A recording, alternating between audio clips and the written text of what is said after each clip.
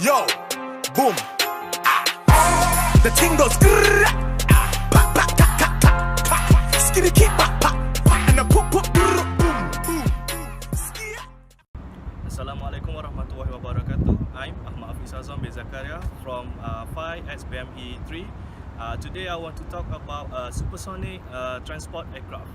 Okay, for the history, the Russian Tupolev Tu-144 was first to achieve flight, but spent only several years of service because of cabin noise, economic inefficiency, and so on. The British French Concorde, on the other hand, experienced 27 service years until 2003. Although there has been a supersonic stagnation for decades, research on supersonic transport has never stopped.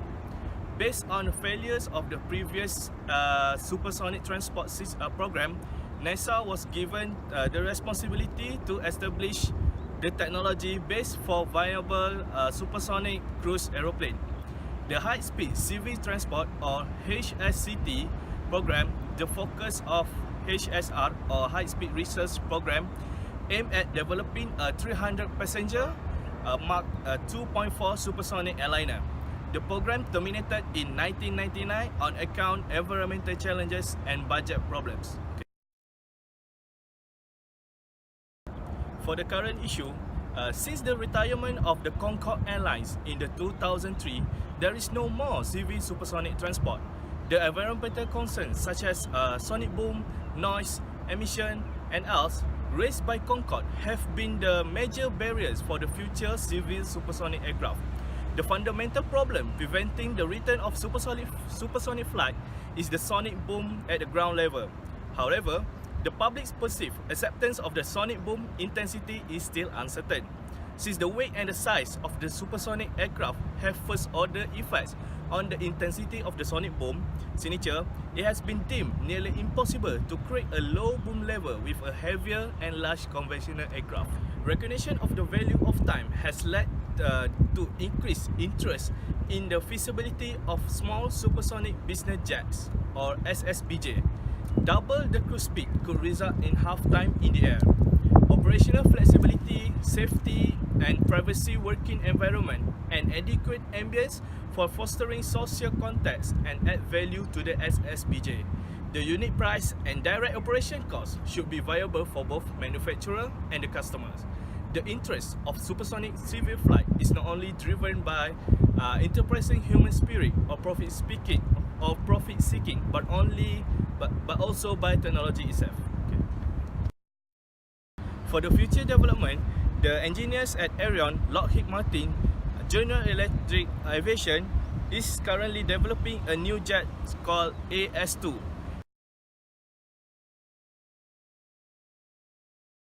That could shuttle as many as 12 passengers at the maximum speed of Mach 1.4, a 40% faster than the speed of sound, or about 1,000 miles per hour.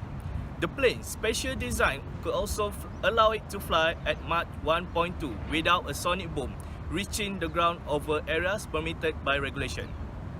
Sonic boom is the loud sound set off by shock waves caused by an aircraft traveling faster than the speed of sound. The AS2 could fly non-stop from Los Angeles as far as Paris. It shrinks transatlantic travel from 10 hours to just 3 hours, allowing executive and the jet set to turn visit to Europe or the East Coast into a day trip.